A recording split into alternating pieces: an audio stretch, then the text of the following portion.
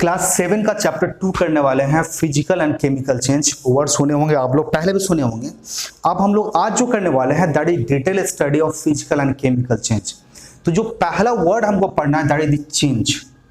देखो चेंज का मतलब क्या होता है। चेंज का मतलब क्या है?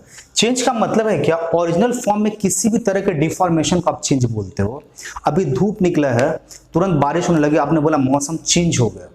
तो चेंज का मतलब ही है क्या, किसी के ओरिजिनल फॉर्म में, ओरिजिनल स्टेट में अगर किसी भी तरह का डिफॉर्मेशन लाते हो, किसी भी तरह के उसके स्ट्रक्चर से अलग कुछ अपने पास आता है, दैट इज कॉल्ड चेंज।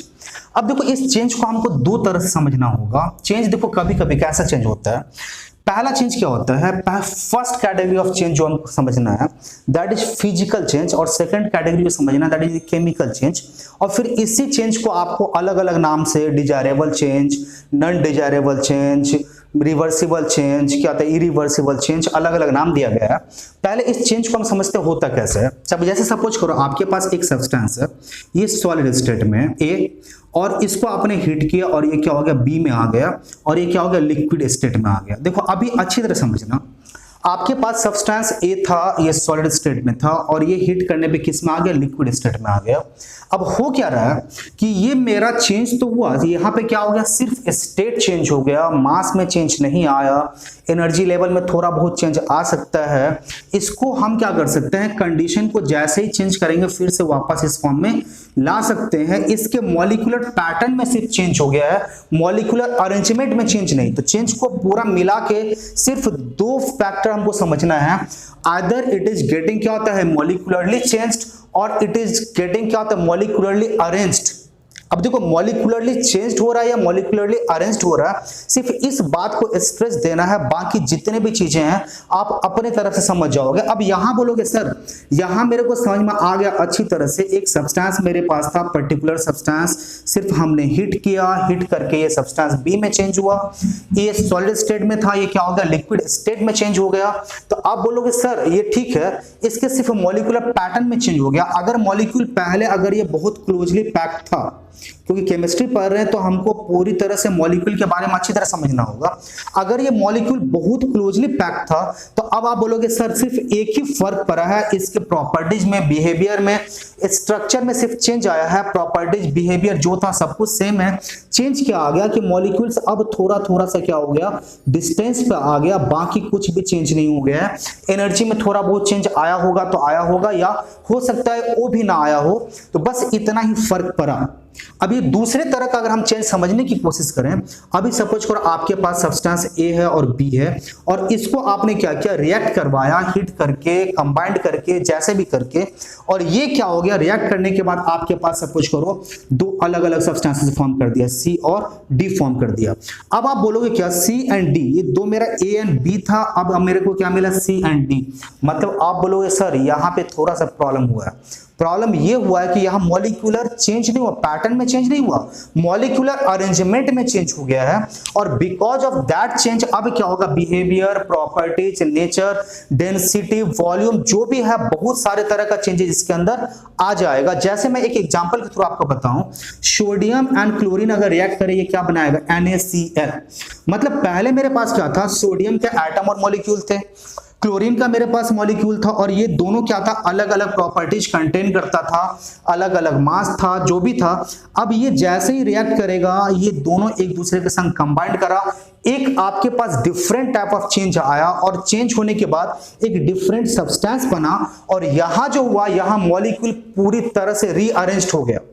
पहले ये दोनों जो मॉलिक्यूल जो अपने पास एटम और मॉलिक्यूल जो भी कंटेन करते थे, अब ये रीअरेंज्ड हुआ, और रीअरेंज्ड होने के बाद फिर से मेरे पास एक चेंज मिला। हमको क्या मिला, वो चेंज का नाम NaCl मिला, और इसकी प्रॉपर्टी, वॉल्यूम, डेंसिटी, मास, समथिंग क्या हो जाएगा, पहले वाले से बिल्कुल डिफरेंट होगा। तो ये दो तरह के चेंज ही आपको पूरे चैप्टर में अच्छी तरह से समझना है, और इसको ही अलग अलग कैटेगरी डाल दिया है।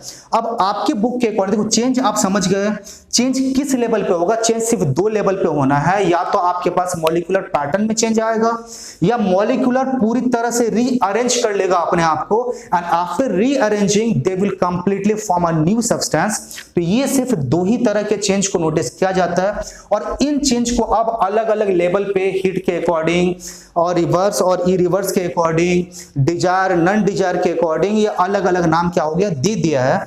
अब जो आपको पहला पढ़ना है टॉपिक अपने बुक के अंदर, that is reversible change. Hope आप चेंज पूरी तरह से समझ गए होंगे। चेंज किस तरह से होता है, या तो मॉलिक्यूल्स के अंदर या मॉलिक्यूल रीअरेंज करेगा। तो ये दो तरह के चेंज। और वीडियो को आप लाइक करना ना भूलिएगा, लाइक जरूर कर लीजिएगा, चैनल सब्सक्राइब कर लेना, ताकि यही नहीं सिर्फ आपको ढेर सारा वीडियो मिलता रहे इस तरह का, इससे हायर लेवल के वीडियो भी आपको मिलते रहेंगे। अब आता है पहले क्या, रिवर्सिबल। रिवर्सिबल, देखो रिवर्सिबल, और दूसरा आता है क्या, इरिवर्सिबल, है ना, इरिवर्सिबल। तो दो तरह के चेंज आपके पास। रिवर्स एक ऐसा चेंज, सपोज करो मैं एक एग्जांपल के थ्रू बात करूं, फिर मैं बात करूंगा। आपके पास एक सब्सटेंस है ए, आपने इसको क्या किया, हीट किया, हीट किए, और हीट करके आपके पास अब आ गया सब्सटेंस बी। हो सकता है इसके स्टेट में चेंज हो, मॉलिक्यूलर पैटर्न में पूरी तरह से कोई चेंज नहीं आया है, सिर्फ स्टेट में चेंज आया है। अब एक से आपने क्या किया, बी बनाया। अब अगर कंडीशन को आप क्या करो, रिवर्स कर दो, कंडीशन जो आपने अप्लाई किया था उस कंडीशन को हटा दो।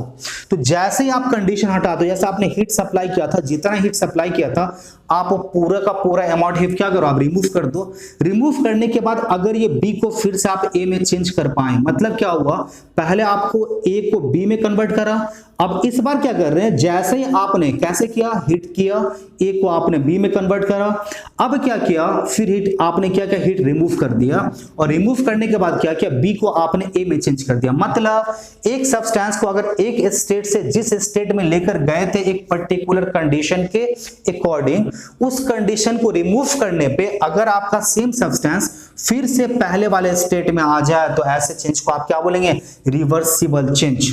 तो a change that can be reverse, simple ऐसे लिखिएगा, ज्यादा कुछ सोचने की जरूरत नहीं। A change that can be reverse, that can be reversed, that can be reversed is called, बस यही लिखिएगा, is called reversible change. Reversible change आपको अलग अलग जगह अलग अलग वर्ड मिलेगा, बट जितना सिंपल और जितना इजीली तरीके से आप पढ़ना चाहोगे उतना आसान रहेगा। तो ये चेंज समझ में आ गया। अब देखो ये चेंज कैसा होगा, देखो इस चेंज को केवल रिवर्सिबल चेंज केवल उन्हीं लोगों के संग आना है जहां मॉलिक्यूलर पैटर्न में किसी तरह का रीअरेंजमेंट ना आए। मतलब मॉलिक्यूल्स के अंदर हो सकता है क्या, डिस्टेंस में चेंजेज आए, मॉलिक्यूलर फोर्स में चेंजेज आए, लेकिन सिर्फ रीअरेंज ना करे तभी ये चेंज पॉसिबल है। जैसे कुछ एग्जांपल देख लो, अगर आप जितने भी चेंज ऑफ स्टेट एग्जैक्टली जितने भी चेंज ऑफ स्टेट है, ये सारे के सारे चेंज ऑफ स्टेट क्या होगा, रिवर्सिबल कैटेगरी में आएगा। जैसे अगर आप वाटर है, वाटर को आपने क्या किया, वाटर बॉयल कर लिया, क्या बन गया, वेपर बना। वेपर कैसे बना, हीट किया, वाटर को बॉयल करके, तो किस में चेंज हुआ, वेपर। आप क्या करो, इसका हीट रिमूव करो, कूल्ड करो इसको, फिर से किस में आएगा, वाटर में आएगा। आइस है, आइस को आपने क्या किया, हीट किया, हीट करोगे तो क्या चेंज हो जाएगा, वाटर में चेंज होगा। फिर से आप हीट रिमूव करो, वाटर को फ्रीज करो। फ्रीज करने का मतलब क्या, आपने हीट सप्लाई किया था, वाटर में चेंज हुआ।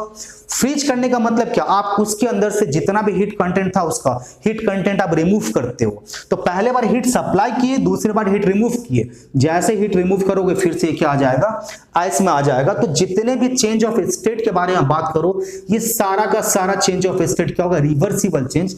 क्योंकि जब एक सब्सटेंस एक पर्टिकुलर स्टेट से दूसरे स्टेट में चेंज होगा, यहां मॉलिक्यूल रीअरेंज नहीं होता, क्या होता है, सिर्फ मॉलिक्यूलर पैटर्न में चेंज आता है। मतलब अगर मॉलिक्यूल क्लोजली पैक्ड था तो हो सकता है लूजली पैक्ड हो, या लूजली पैक्ड तो हो सकता है क्या, क्लोजनेस आना स्टार्ट हो जाए। तो ये रहा आपका रिवर्सिबल चेंज। अब आता है कि इरिवर्सिबल, ऐसा कोई भी चेंज जिसको आप रिवर्स ना कर सके उसको आप क्या बोलोगे, इरिवर्सिबल चेंज। तो देखो डेफिनेशन लिख देते हैं, changes that can not be reversed. देखो डेफिनेशन सेम लिखे है, एक वर्ड सिर्फ चेंज हुआ है, कैन नॉट, यहाँ पे कैन था, अभी क्या लगा दिया, सिर्फ नॉट, बाकी सब कुछ सेम है। मतलब क्या हो गया, अब आप एक बार अगर लर्न कर लिए या एक बार समझ लिए, लर्न तो करना है ना, बस समझना है, एक बार समझ लिए दूसरी बार आपको समझने की भी जरूरत नहीं है, आप समझ लो चेंज होगा। अगर कर सकते हैं रिवर्सिबल, नहीं कर सकते हैं तो वो क्या कहलाएगा, can be reverse, is called irreversible, irreversible change. अच्छा, इरिवर्सिबल चेंज तो बोल दिया। अब क्या, कुछ भी आपका सपोज करो आम, कच्चा आम है आपके पास, आम पक गया, अब इसको रिवर्स करके दिखाओ, कच्चा बनेगा, ये नहीं बनेगा। दूध से आपका दही जम गया, अब इसको रिवर्स करके दिखाओ, कभी नहीं होगा। अंडा से आपने आमलेट बना लिया, omelette obviously it is a chemical change, क्योंकि केमिकल प्रोसेस होगा फिर जाके चेंज होगा। तो अगर आपके पास अंडा से आमलेट बना लिया, क्या चेंज होना है, नहीं होना है, इरिवर्सिबल चेंज। आपका आयरन क्या हो गया, रस्टेड हो गया, रस्टेड हो गया तो क्या इसको आप चेंज कर पाओगे, फिर से ओरिजिनल फॉर्म में ला पाओगे, नहीं, ओरिजिनल स्ट्रेंथ में ला पाओगे, नहीं ला पाओगे। तो नहीं ला पाओगे तो ये सारा का सारा क्या होगा आपके पास, इरिवर्सिबल चेंज। अच्छा, इसके बाद हम लोग का बात करते हैं क्या, और दो चेंज के बारे में बात कर लें। अब आपके पास आता है क्या, डिजायरेबल और क्या होता है, अनडिजायरेबल। तो देखो डिजायरेबल चेंज, तो डिजायरेबल चेंज के बारे में बात करें तो डिजायरेबल मतलब क्या होता है, जिसको आप चाहते हो कि हो, जो चेंज आप चाहते हो आपके लिए बेनिफिशियल है।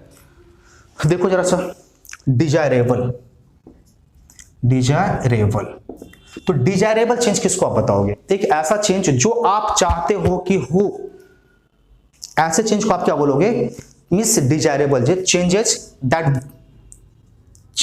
That we wish to take place, we wish to take place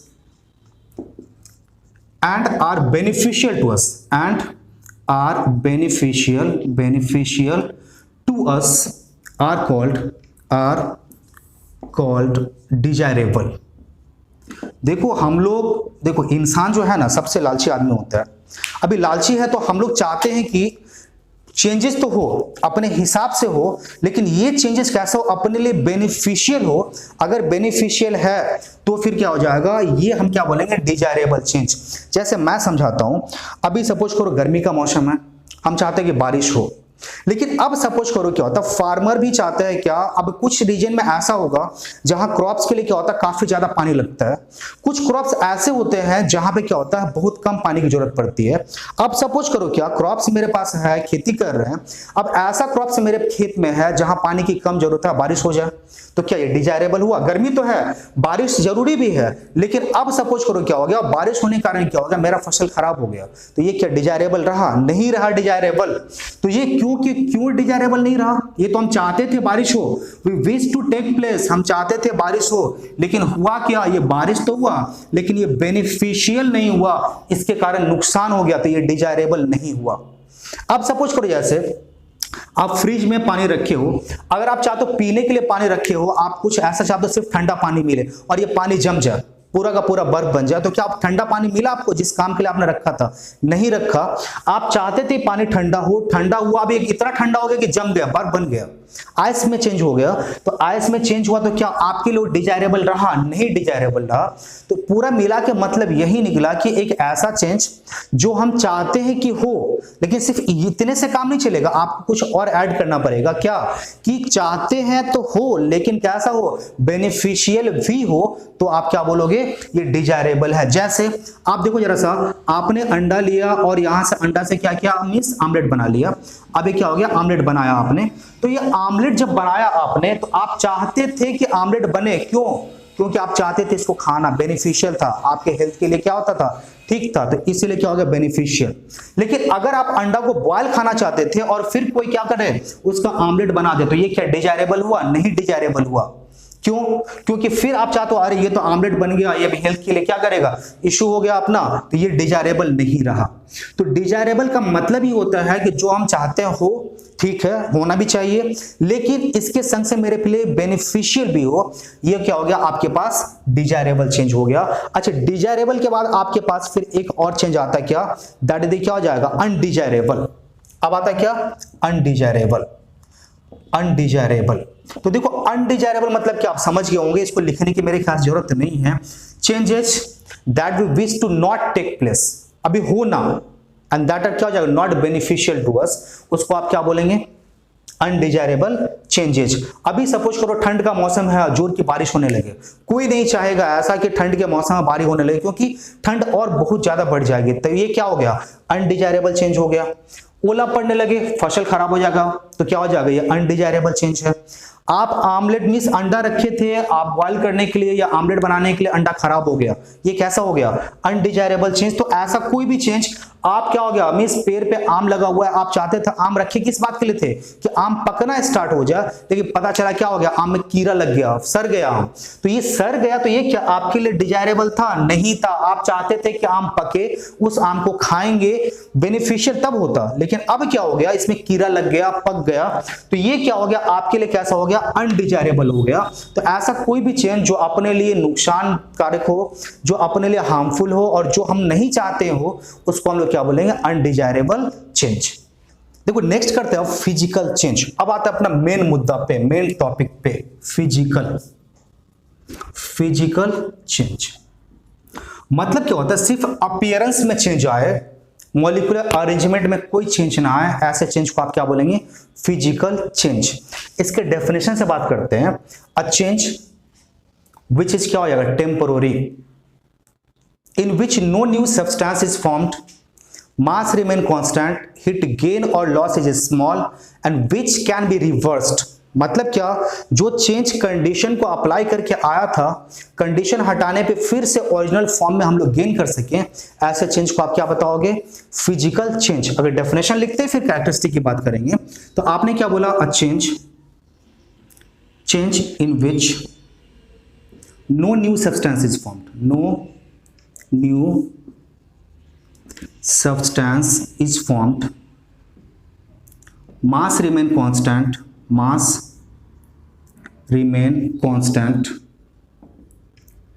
hit gain or loss is generally small, hit gain or loss is generally small, and which can be reversed,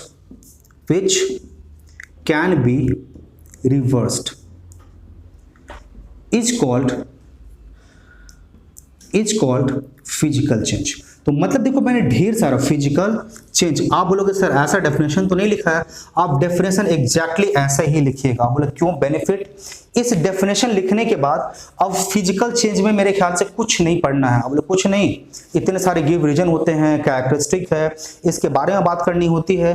तो आप जितना भी बात करना था, हमने सारा का सारा पॉइंट क्या किया, आपके डेफिनेशन में सब कुछ लिख दिया जितना जरूरी था। तो आपने क्या क्या लिखा, हमने बोला क्या एक चेंज ऐसा है जिसमें कोई नया सब्सटेंस नहीं बनेगा। अब आप देखो एक एक पॉइंट हम डिस्कस करते हैं। In which no new substance is formed. आप बोलोगे अब एक क्वेश्चन यहीं से उठ के आता है आपके पास और आप कंफ्यूज हो जाते हो कभी कभी कि सर बुक में तो क्वेश्चन था नहीं, क्वेश्चन आ गया एग्जाम में, कैसे करें। तो अब आपसे पूछा गया क्या, why a new substance is not formed during a physical change. तो अब देखिए आपके पास इसका जवाब बहुत सिंपल सा है। ड्यूरिंग अ फिजिकल चेंज, जब भी फिजिकल चेंज आएगा, सपोज करो आपके पास एक सब्सटेंस है, सपोज करो कुछ भी ले लो, आइस ले लेते हैं, आइस। आपने क्या किया, इसको हीट किया और हीट किए तो आप क्या बन गया, ये वाटर। पहले आपको एग्जांपल से समझाते हैं, फिर इसका एग्जैक्ट आंसर बताएंगे। आप जब आइस को हीट करें, आइस से क्या बना मेरे पास, वाटर। अभी देखो आइस की प्रॉपर्टी एंड वाटर की प्रॉपर्टी, दोनों की प्रॉपर्टी में देखो। अब और एक चीज देखो जरा सा, केमिस्ट्री में अगर आइस के लिए फॉर्मूला लिखना हो तो क्या लिखना होगा, H2O। आप वाटर के लिए फॉर्मूला लिखोगे तो H2O, और अगर आप वेपर के लिए फॉर्मूला लिखोगे, वेपर के लिए ये भी क्या लिखोगे, H2O। बोले सर सब सारा का सारा क्या सेम है, बिल्कुल सेम है, सारे की प्रॉपर्टी सेम है, सब कुछ सेम है, तभी तो H2O बार बार लिखा जा रहा है। तो मतलब बोलोगे सर सब कुछ सेम, तो फिर हुआ कैसे। देखो जब भी किसी सब्सटेंस को, एक पर्टिकुलर सब्सटेंस को आप एक कंडीशन अप्लाई करो, या तो टेम्परेचर अप्लाई करो, प्रेशर अप्लाई करो, कुछ भी आप कंडीशन अप्लाई करो, तो कंडीशन अप्लाई करने के बाद अगर सिर्फ उसके मॉलिक्यूलर पैटर्न में चेंज आए तो फिर क्या होगा, आपके पास बिल्कुल नया कोई भी सब्सटेंस नहीं बनेगा।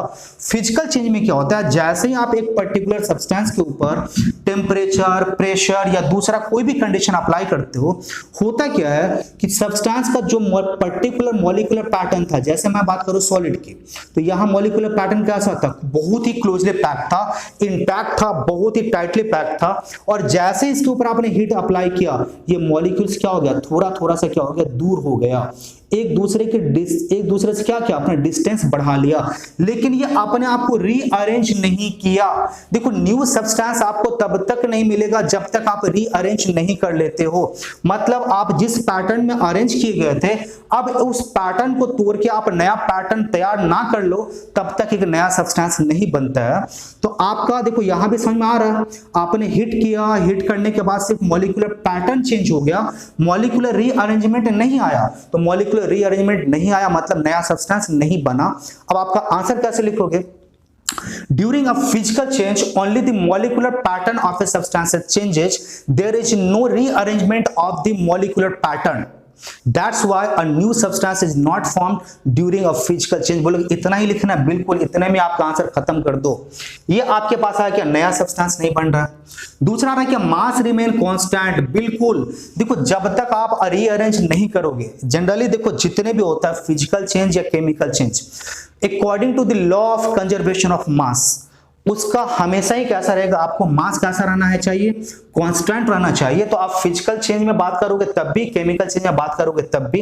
लेकिन जब हम केमिकल चेंज में बात करते हैं तो वहां हीट गेन और लॉस क्या होता है, ज्यादा। हीट गेन और लॉस ज्यादा होने के कारण क्या होता है, उसके मास में आपको डिफरेंस भी ज्यादा दिखेगा। लेकिन फिजिकल चेंज में देखो अब बात करें क्या, जनरली हीट गेन और लॉस इज स्मॉल। तो हीट गेन और लॉस स्मॉल होने की वजह से क्या होता है, इसके मास में भी क्या होता है, आपको निग्लिजिबल अमाउंट ऑफ चेंज मिलेगा, जिसको हम क्या बोलते हैं, मास रिमेन कांस्टेंट। तीसरी बात की बात कर रहे हैं कि गेन और लॉस इज जनरली स्मॉल। तो देखो यहां पे क्या होता है, मॉलिक्यूलर पैटर्न तो नहीं चेंज करना है आपको। हीट गेन ज्यादा और कम मींस ज्यादा कब लगता है, जब आपको पूरी की पूरी मॉलिक्यूलर पैटर्न को चेंज करना होता है। यहां क्या करना है, मॉलिक्यूल्स को बस थोड़ा सा क्या करना है, डिस्टेंस इंक्रीज और डिक्रीज करना है, जिसके लिए आपको बहुत ज्यादा अमाउंट ऑफ हीट सप्लाई नहीं करना पड़ता है। और दिस मींस लास्ट वन क्या बोल रहे हैं आप, विच can be reversed. Yes, although सिर्फ मॉलिक्यूलर पैटर्न में चेंज हुआ है, तो मॉलिक्यूलर पैटर्न चेंज को आप क्या कर सकते हैं, इजीली फिर से पहले वाले पैटर्न में ला सकते हैं। लेकिन अगर मॉलिक्यूलर रीअरेंजमेंट आ जाए तो फिर से उसको आप पहले वाले पैटर्न में क्या होता है, बहुत इजी प्रोसेस से नहीं ला सकते हैं, और मेनी ऑफ द केसेस में ला ही नहीं सकते। तो ये आपके पास देखिए फिजिकल चेंज का डेफिनेशन के बारे में सारा डिटेल दे दिया गया। अब बात करते हैं कैरेक्टरिस्टिक ऑफ फिजिकल चेंज। देखो अब डेफिनेशन आ गया, अब यहीं से सब कुछ पढ़ेंगे, कैरेक्टरिस्टिक पढ़ना हो, डिफरेंसेस पढ़ना हो, गिव रीजन लिखना हो, जो लिखना है बस इतना पढ़ने के बाद ही लिखना है। और डिटेल तो आप समझ गए, मास क्यों कांस्टेंट है, हीट गेन और स्मॉल का क्या फर्क पड़ना है, न्यू सब्सटेंस क्यों नहीं बना है। पहला कैरेक्टरिस्टिक टेम्पोररी, जब चाहे आप इसको क्या कर सकते हैं, फिर से रिवर्स कर सकते हैं। टेम्पोररी है ये, आइस से अगर वाटर बना तो ये वाटर परमानेंटली नहीं बन गया, अब जब चाहे उस वाटर से फिर से आइस में आप चेंज कर सकते हो, तो ये कैसा है, टेम्पोररी। दूसरी बात क्या बोले, no new substance is form. देखो सारा हमने डेफिनेशन में लिख रखा है, आप क्या लिखोगे, no new substance is formed, no new substance is formed. तो ये नया सब्सटेंस नहीं बना, ये दूसरा ये कैरेक्टरिस्टिक हुई किसकी, फिजिकल चेंज की। तीसरा आपने बात क्या बोला, मास रिमेन कांस्टेंट, मास रिमेन कांस्टेंट, कांस्टेंट। अब बोलोगे सर ये तो डेफिनेशन में सब कुछ है, बिल्कुल आपको पहले ही बता दिए थे कि डेफिनेशन आपके पास कुछ ऐसा दिया गया है कि अब आपको कुछ नहीं पढ़ना है। आप क्या बोले, मास रिमेन कांस्टेंट। अब देखो इसके बाद क्या बोले, फिर एक पॉइंट अपने को मिला यहां से, फिर हीट गेन और loss is generally small. Fourth point, heat gain और loss is generally small, generally small. ये आपने बात कर लिया। और जो लास्ट पॉइंट हम लोग बात करने वाले हैं, आप क्या बोले, कैन बी रिवर्स्ड। क्या बोल रहे हैं आप, कैन बी रिवर्स्ड। अब ये खत्म हो गया। अब इससे आपको क्या करना, आप सपोज करो केमिकल चेंज के समय इसका डिफरेंस करना होगा, फिर भी हम इसी पॉइंट का यूज करेंगे। अगर हमको गिव रीजन देना होगा, फिर भी हम इसी पॉइंट का यूज करेंगे।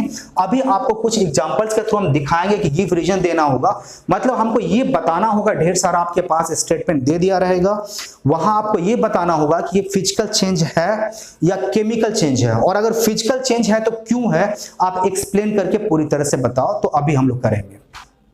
अब चलो जरा सा कुछ एग्जांपल्स को हम लोग देखते हैं। एग्जांपल्स मतलब सिर्फ ऐसे एग्जांपल्स मत समझना कि फिजिकल चेंज का एग्जांपल है, केमिकल चेंज का एग्जांपल। अब जो आपको लिखना हो कैसे, आपको एक स्टेटमेंट दे देगा, मींस क्या होता है, state that glowing of bulb is a physical change, how. अब आपको पूरी तरह से डिटेल बताना होगा। देखिए फिजिकल चेंज का जितने भी आप क्वेश्चंस करने जाओ, डिटेल बताने के लिए आपको क्या क्या चीजें मेंशन करना है। मास के बारे में मेंशन कीजिएगा, दूसरा, प्रॉपर्टी के बारे में मेंशन कीजिएगा, प्रॉपर्टी सेम है या डिफरेंट है। तीसरा, अगर आप बात करते हैं क्या ये रिवर्सिबल है, रिवर्सिबल और इरिवर्सिबल, ये तीन आपके पास मेन हाईलाइट पॉइंट होनी चाहिए। और इन तीन पॉइंट को लेकर आप जितना चाहे जो चाहे डिस्क्राइब करो और सब में आप एक ही तरह का डिस्क्रिप्शन डालो, क्योंकि फिजिकल है तो सेम प्रॉपर्टी अगर एक पर्टिकुलर प्रॉपर्टी को शो करेगा तभी ये फिजिकल है, अदरवाइज फिजिकल नहीं है। पहला क्या आ रहा है, क्या ग्लोइंग ऑफ बल्ब। देखो बल्ब ग्लो कैसे करता है, आपके पास एक ऑर्डिनरी बल्ब रखा हुआ है, आप इलेक्ट्रिसिटी से कनेक्ट किए, जैसे आप स्विच ऑन करोगे बल्ब क्या करेगा, ग्लो करेगा due to change in potential difference. और चले जो भी है, तो आपने स्विच ऑन किया, बल्ब ग्लो किया, लेकिन फिर देखो जरा सा, बल्ब जब ग्लो किया तो क्या बल्ब के प्रॉपर्टी में कुछ चेंज आया? आप बोलो कोई चेंज नहीं आया, सिर्फ ग्लो किया, बिकॉज ऑफ दैट ग्लोइंग क्या हो गया, लाइट डिस्ट्रीब्यूट होना स्टार्ट हो गया, इसके प्रॉपर्टी में किसी भी तरह का चेंज नहीं आया।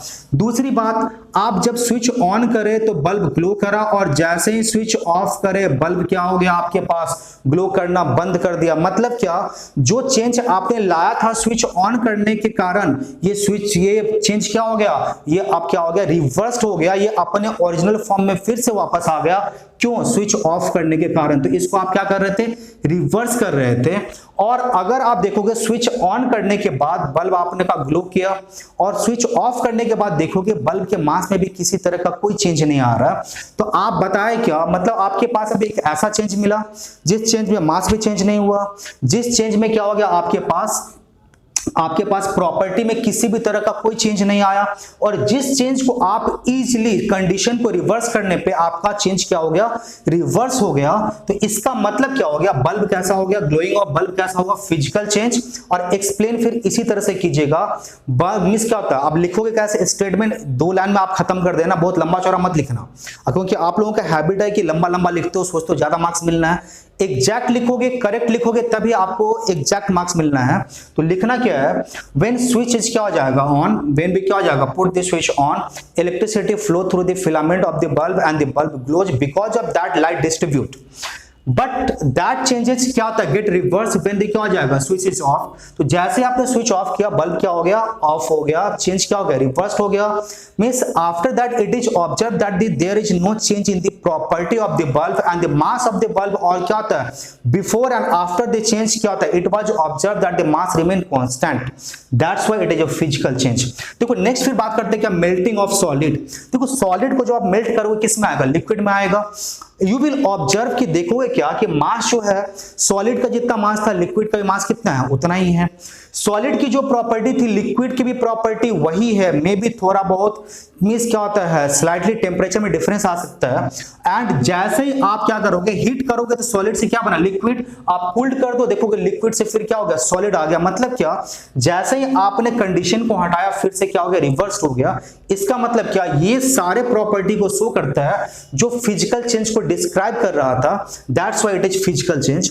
नेक्स्ट बात करते हैं फ्रीजिंग ऑफ लिक्विड, सेम चीज। देखो आप फिजिकल चेंज की जब बात करते हैं ना, फिजिकल चेंज का मतलब ये होता है क्या, मैक्सिमम टाइम आप देखोगे change of state, change in state या चेंज ऑफ स्टेट, इसी को हम लोग क्या बोलते हैं, फिजिकल चेंज। देखो यहां भी फ्रीजिंग ऑफ लिक्विड, देखो लिक्विड का क्या, आप लिक्विड को ऐसे वाटर का आप प्रैक्टिकल एग्जांपल रोज देखते हो घर में, आप फ्रिज में पानी रखे, पानी क्या हो गया, टेम्परेचर धीरे धीरे लूज करा और फिर किस में चेंज हो गया, आइस में। यू विल ऑब्जर्व कि क्या होता है, सिर्फ स्लाइड वॉल्यूम में चेंज आता है, लेकिन मास जितना मेरा वाटर का था उतना ही मास किसका रहना, आइस का रहना है। जो प्रॉपर्टी मेरे पास वाटर की थी वही प्रॉपर्टी आइस की भी होगी। एंड जैसे ही आप कंडीशन को रिवर्स करोगे, मतलब आपने हीट क्या किया था, हीट रिमूव करके आपने वाटर को आइस में चेंज किया था, आइस को आप क्या करो, हीट सप्लाई कर दो, आइस किस में चेंज हो जाएगा, फिर से वाटर में चेंज हो जाएगा। दैट्स व्हाई, मतलब क्या, ये फिजिकल चेंज के सारे कंडीशन को फुलफिल करता है, तो ये फिजिकल चेंज ही होगा।